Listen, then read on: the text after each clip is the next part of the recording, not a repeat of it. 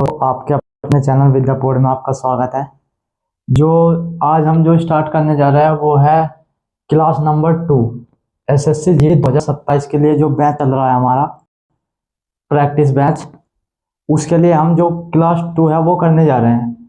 GK GS इसमें basic concept से शुरुआत होगी। वो चारों ऑप्शन एक्सप्लेन करे जाएंगे आपके लिए, ठीक है ना। तो चलिए अपने प्रश्नों पर चलते हैं। तो चलिए हम अपने पहले प्रश्न पर चलते हैं। कोलाइड में विलय जैसे घटक या परिक्षिप्त कण बनाते हैं। क्या बनाते हैं? विलायक बनाते हैं, परिक्षिप्त प्रावस्था बनाते हैं, सतत प्रावस्था बनाते हैं, या विलयन प्रावस्था बनाते हैं। तो जो ये बनाते हैं ना, ये बनाते हैं परिक्षिप्त प्रावस्था।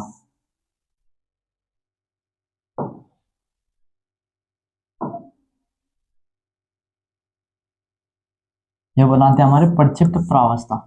विलायक नहीं बनाते। विलायक प्लस विलेय मिलकर विलयन बनता है।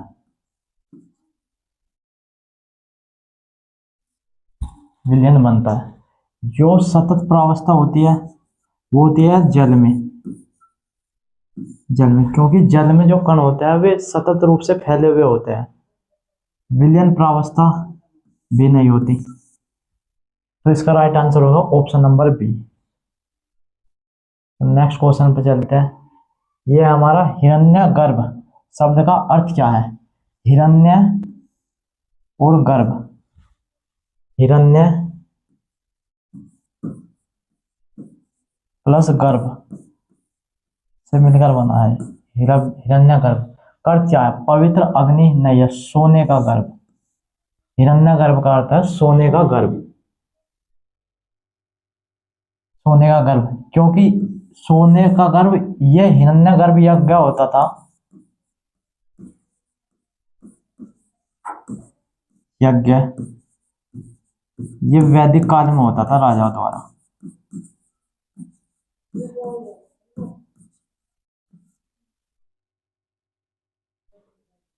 तो अपने नेक्स्ट क्वेश्चन पर चलते हैं। रज्जा सुल्ताना को किस वर्ष में सिंहासन से हटा दिया गया था? रज्जा सुल्ताना। रज्जा सुल्ताना किसकी पुत्री थी? इल्तुतमिश की। इल्तुतमिश की। इल्तुतमिश की पुत्री थी। दिल्ली सल्तनत का वास्तविक संस्थापक इन्हीं को माना जाता है, इल्तुतमिश को। इनकी बेटी थी रज्जा सुल्ताना। इनको जो गद्दी पर बैठाया था, कब बैठाया गया था? 1936 1236 से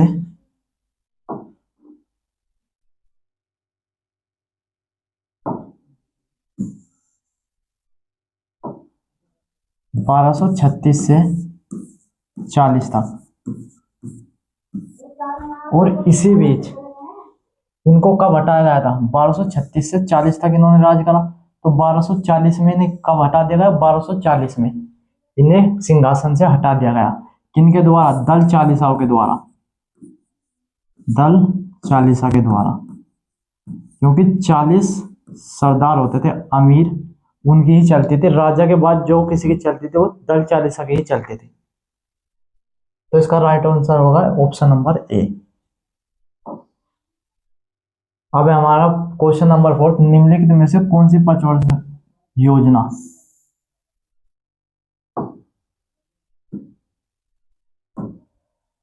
पंचवर्षीय योजना भारत की संरचनात्मक समायोजन नीतियों की शुरुआत के बाद किस योजना की शुरुआत की गई?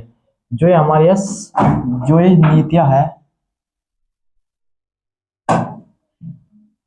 इनकी जो शुरुआत की गई थी किन योजनाओं के बाद की गई थी? पहली के बाद, दूसरी के बाद, तीसरी के बाद, या आठवीं के बाद? ये की गई थी हमारी आठवीं के बाद।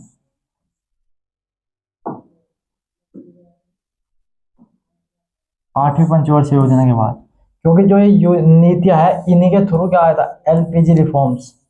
LPG reforms 1991।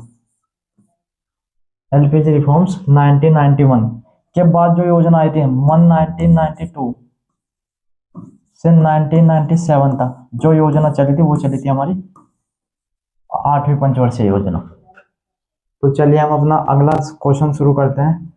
जो कि इसका आंसर तो 8वीं पंचवर्षीय योजना बन जाएगा। क्वेश्चन नंबर 5 है हमारा कि क्षोभ मंडल की ऊंचाई क्या क्या है। जो क्षोभ मंडल है वो जो सतह है, धरातल है, धरातल धरातल धरातल के जो बाद आएगा शुरू का जो मिलेगा मंडल, वो मिलेगा हमें क्षोभ मंडल। क्षोभ मंडल के बाद मिलेगा हमें समताप मंडल,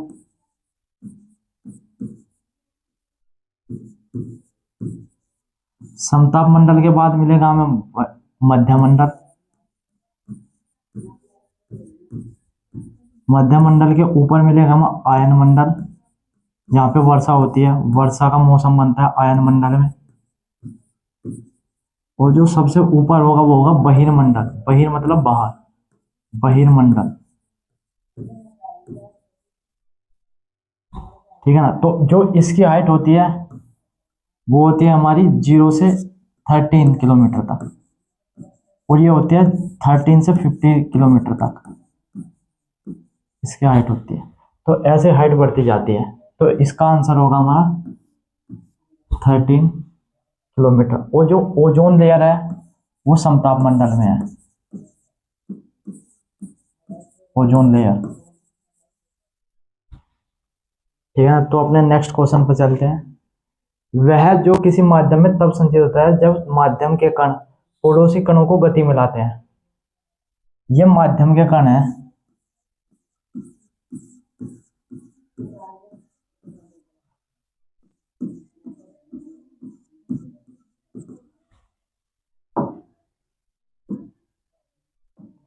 जब माध्यम के कण पड़ोसी कणों को गति में लाते हैं तो ये इसे धक्का देगा, ये इसे धक्का देगा, ये इसे धक्का देगा। किस वजह से देगा? ये आवर्ती की वजह से नहीं देगा, ये देगा तरंगों की वजह से। क्योंकि एक कण में तरंग उत्पन्न होने के बाद दूसरे कण में तरंग उत्पन्न होगी, तीसरे में कण तरंग उत्पन्न होगी, फिर चौथे में होगी। तो इसी तरीके से कणों में तरंगों का संचरण होता रहता है। तो इसका राइट आंसर कौन सा होगा? तरंग। तो अगला 7वां क्वेश्चन है हमारा, भारत में औद्योगिक नीति प्रस्ताव 1956 के संदर्भ में निम्न में से कौन सा कथन सही है? इसके बारे में जो ये हमारा नीति प्रस्ताव है, औद्योगिक नीति प्रस्ताव 1956 के संदर्भ में कौन सा कथन सही है? देखिए ये 2 स्टेटमेंट दी गई है, इनमें से पढ़कर बताना है कौन सी सही है और कौन सी गलत है। इसने उद्योगों को 3 श्रेणियों में वर्गीकृत किया, ये तो सही है, ये हमारा राइट है। या ये हमारा पहली श्रेणी में वे उद्योग शामिल थे जो विशेष रूप से निजी खिलाड़ियों के लिए आरक्षित थे। निजी खिलाड़ियों के लिए आरक्षित नहीं थे, बल्कि ये किसके लिए आरक्षित थे? गवर्नमेंट के लिए। कुछ इंडस्ट्रीज ऐसे होते हैं जिन पर केवल जो ट्रेड कर सकते हैं वो गवर्नमेंट ही कर सकते हैं, जैसे हमारी शराब हुई या पेट्रोलियम्स हुआ, इन पर गवर्नमेंट का ही कंट्रोल होता है केवल। तो इसका जो आंसर होगा वो होगा हमारा ऑप्शन केवल 1। तो आंसर होगा हमारा केवल 1, ऑप्शन नंबर ए। अब आता है हमारा 8वां क्वेश्चन, वास्तविक सकल देशीय उत्पाद यानी कि जीडीपी, ग्रॉस डोमेस्टिक प्रोडक्ट की गणना इस प्रकार की जाती है कि वस्तुओं सेवाओं का मूल्यांकन किस पर किया जाता है? इनके किस प्रकार की जाती है जीडीपी की गणना? कि वस्तु सेवाओं का मूल्यांकन हो सके कीमतों के कुछ स्थिर समुच्चय पर। यह भी बात सही है, क्योंकि कीमतों का स्थिर समुच्चय होता है उन की जा सकती है। विश्व व्यापार संगठन द्वारा निर्धारित मूल्य पर विश्व व्यापार, अलग अलग देश अलग अलग जीडीपी का पैमाना मापने का अलग अलग होता है। तो ये तो आंसर नहीं होगा, ये आंसर नहीं होगा हमारा। अंतर्राष्ट्रीय मुद्रा कोष द्वारा निर्धारित मूल्य पर, यह भी नहीं होगा। अर्थव्यवस्था में देखी गई सबसे कम कीमतों पर, यह भी आंसर नहीं होगा। तो आंसर नंबर 1 होगा हमारा, ऑप्शन नंबर ए। कीमतों के कुछ स्थिर समुच्चयों पर ही हमें जीडीपी कैलकुलेट करनी होती है। अब क्वेश्चन नंबर हमारा 9 है कि निजीकरण यानी कि प्राइवेटाइजेशन के नाम संदर्भ में पूर्ण विकेंद्रीकरण का क्या अर्थ है? पूर्ण विकेंद्रीकरण का मतलब है पूरा का पूरा कंट्रोल निजीकरण यानी कि प्राइवेट कंपनी के हाथ में आ जाए, इसे होता है पूर्ण विकेंद्रीकरण, यानी कि फुल सेंट्रलाइज्ड ट्रेड हमारे पास आ जाए। तो इसका तात्पर्य है कि सार्वजनिक उद्यम के स्वामित्व का 100% निजी क्षेत्र को हस्तांतरित करना, यही होगा सार्वजनिक क्षेत्र के उद्यम को के स्वामित्व का 100% निजी क्षेत्र को हस्तांतरित करना। ये क्या, निजी उद्यम के स्वामित्व का 100% सार्वजनिक क्षेत्र में हस्तांतरित करना। ये दो ऑप्शन लग रहे हैं, ये और ये, आप इनमें थोड़ा कंफ्यूज हो सकते हो। इसमें कहा सार्वजनिक उद्यम के लिए स्वामित्व का 100% इसको हस्तांतरित हो रहा निजी क्षेत्र को। इसमें क्या, निजी उद्यम क्षेत्र के स्वामित्व का 100% सार्वजनिक क्षेत्र को हस्तांतरित हो रहा है। तो इसमें मैंने कहा निजीकरण का पूर्ण विकेंद्रीकरण करने के लिए हमें किस में करना पड़ेगा, निजी क्षेत्र को हस्तांतरित कर दिया जाता है। तो ऑप्शन नंबर ए हमारा राइट आंसर होगा, ये हमारे आंसर नहीं होंगे। तो चलिए हम अपने नेक्स्ट क्वेश्चन पर चलते हैं कि एक सट्टो महादेव मंदिर के को किस नाम से जाना जाता है। यहाँ पे डैश होगा, को और किस नाम से भी जाना जाता है, इसका ये बनेगा। एक सट्टो का मतलब होता है 101 महादेव मंदिर होंगे या महादेव की मूर्तियां होंगी। उसमें से क्या है कि जो 64 है ना, 64 वे योगिनी की मूर्ति है, योगिनी महादेव, योगिनी की, तो योगिनी की मूर्ति है। तो हमें राइट आंसर तो पता चलेगा, जो कि हमारा आंसर होगा 64 योगिनी मंदिर। जो ये सोमनाथ मंदिर है, ये ज्योतिर्लिंगों में से 12 ज्योतिर्लिंगों में से एक है, जो कि कहाँ पे है, गुजरात में।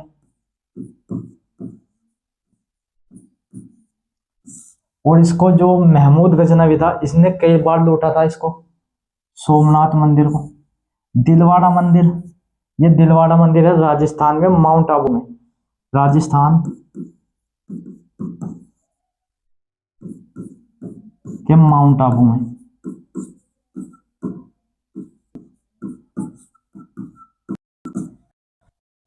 मंदिर ये कृष्ण का मंदिर है, और उसकी सुभद्रा का मंदिर है,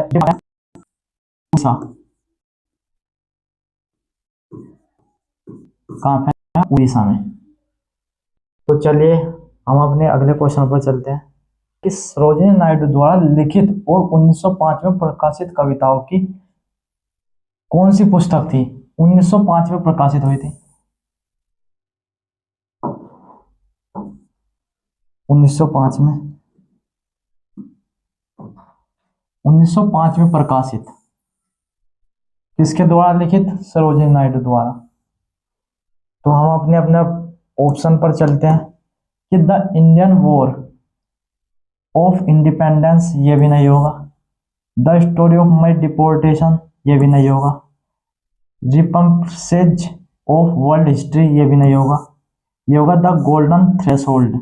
ये किसकी है, ये है हमारी सरोजिनी नायडू की, सरोजिनी नायडू।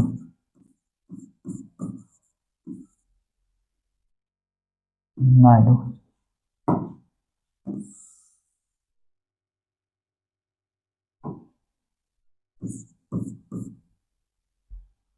नायडू, ठीक है। और ये हमारी है जवाहरलाल नेहरू की, पंडित जवाहरलाल नेहरू की, पंडित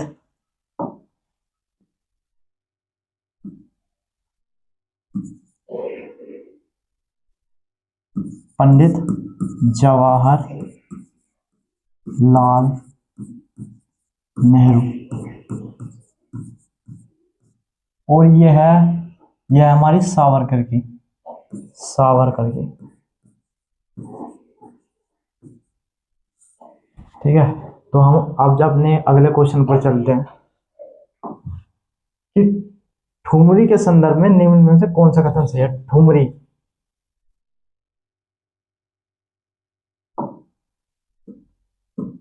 ठुमरी के संदर्भ में कौन सा कथन सही है कि ठुमरी अपनी संरचना और प्रस्तुति में गीतात्मक होती है।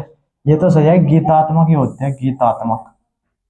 तो ठुमरी जो डांस है वो गीतात्मक ही होता है। ठुमरी एक प्रेम गीत है, ये गीत है, फिर डांस नहीं है, गीत है। ठुमरी एक प्रेम गीत है और इसलिए इसका जो इसके पश्चात सौंदर्य, इसका पा पाथत सौंदर्य बहुत महत्वपूर्ण है, पाथत सौंदर्य बहुत महत्वपूर्ण है। तो ये भी हमारा क्वेश्चन सही है, ऑप्शन सही है, क्योंकि एक प्रेम गीत ही है। तो हमारे इस तरीके से दोनों को जो ऑप्शन है फर्स्ट और सेकंड, ये दोनों सही हो जाएंगे। सेकंड और सेकंड, ये थोड़ा टाइपिंग मिस्टेक हुआ होगा, फर्स्ट और फर्स्ट ये भी टाइपिंग मिस्टेक है। इसका आंसर होगा हमारा फर्स्ट और सेकंड दोनों। तो चलिए हम अपने नेक्स्ट क्वेश्चन पर चलते हैं। ये यहाँ से ये नहीं है, ये नहीं है, इनके ऑप्शन बस इतने, केवल फर्स्ट और केवल सेकंड। तो चलिए हम अपने नेक्स्ट क्वेश्चन पर चलते हैं कि प्रारंभिक गुफा स्थापत्य कला का एक विशिष्ट उदाहरण की बराबर पहाड़ियों में स्थित लोमस ऋषि गुफा है।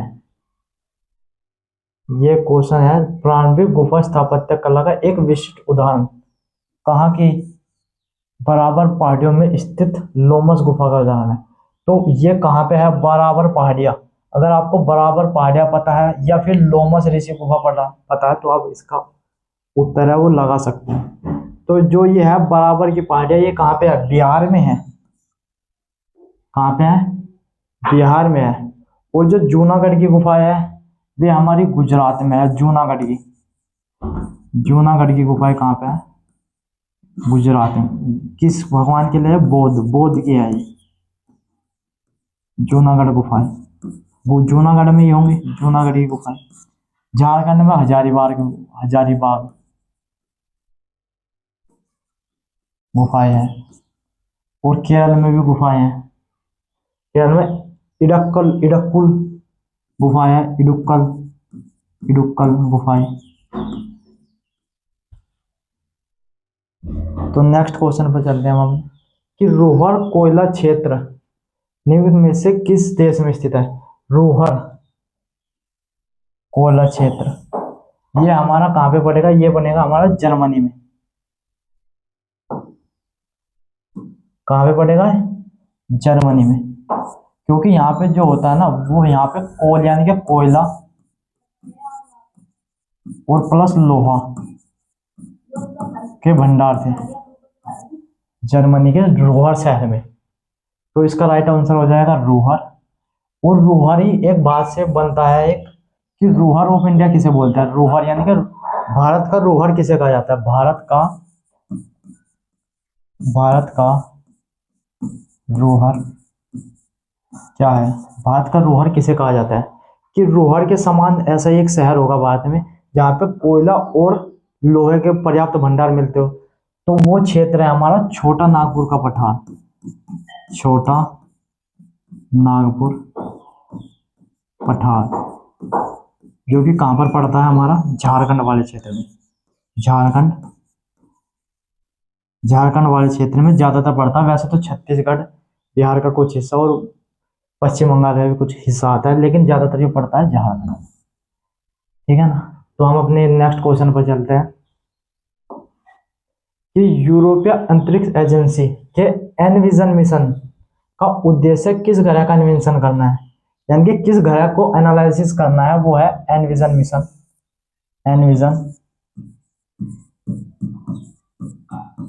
एनविजन मिशन ये यूरोपियन एजेंसी है जो कि स्पेस में काम करती है, अंतरिक्ष के लिए जो खोज करती है वो है।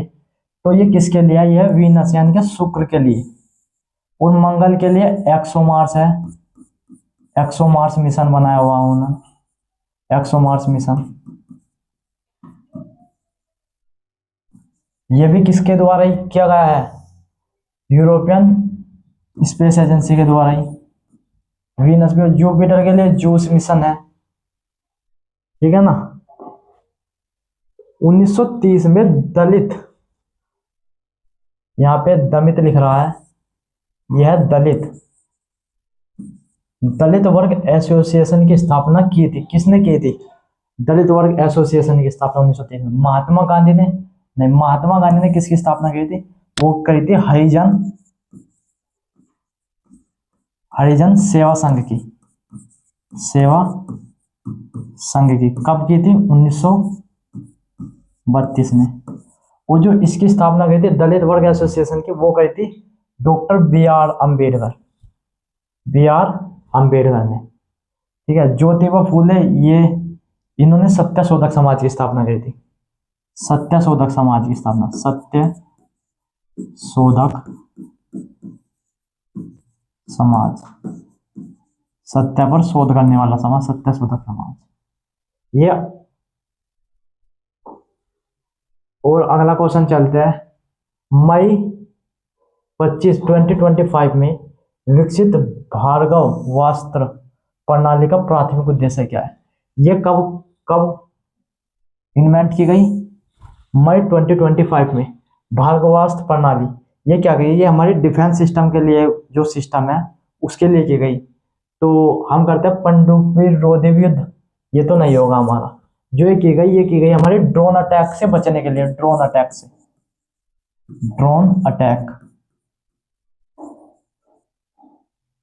से बचने के लिए।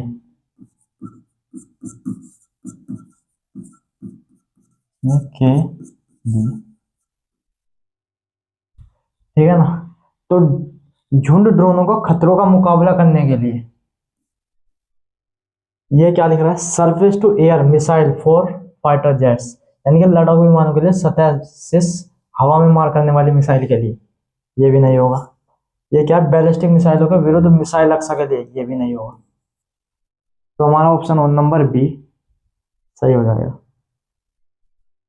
हमारा 18th क्वेश्चन है, अंतरराष्ट्रीय स्टेशन अंतरिक्ष स्टेशन डिग्री कितने डिग्री के, यहाँ पे आना चाहिए कितने डिग्री के,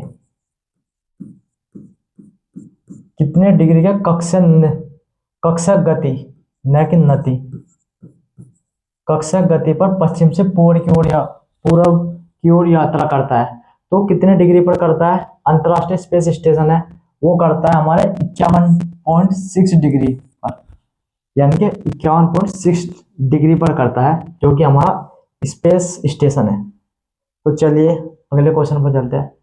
ये हमारा 19वां क्वेश्चन है, अंतरराष्ट्रीय अंतरिक्ष स्टेशन कब शुरू किया गया था? यानी कि कब शुरू किया गया था, यानी कि स्टेशन है जो कि अंतरिक्ष में हर समय हमें खोज चलती रहती है, तो इसी स्टेशन पे भी खोज चलती है। ठीक है, तो ये 1965 में बना था? नहीं, ये बना था 1998 में। कब? जो एग्जैक्ट डेट है वो है 10 नवंबर 1998 को बना था। ठीक है, इसमें कई देशों ने मिलकर बनाया था ये, कि यूएसए हो गया, रूस हो गया, जापान हो गया, यूरोप हो गया, यूरोप एजेंसी, स्पेस एजेंसी हो गया, यूरोप हो गया, और चाइना भी हो गया, चीन भी। बात नहीं था इसमें। ठीक है ना? तो अगले पर चलते हैं हम, कि निम्नलिखित में से किस वर्ष में जम्मू कश्मीर में जनगणना नहीं की गई और क्यों नहीं की गई? ये नहीं की गई हमारी 1991 में। क्यों? क्योंकि उस टाइम पर जो चल रहा था वहां पर आतंकवाद चल रहा था। आतंकवाद ज्यादातर फैल रहा था, तो उसी वजह से यहाँ पर जनगणना नहीं हो पाई 1991 में। तो यहीं पर हमारी क्लास समाप्त होती है। तो जुड़े रहने के लिए आप सभी का धन्यवाद, और हमारे चैनल को सब्सक्राइब करिए, शेयर करिए, और ज़्यादा से ज़्यादा कमेंट करने की कोशिश करिए। धन्यवाद।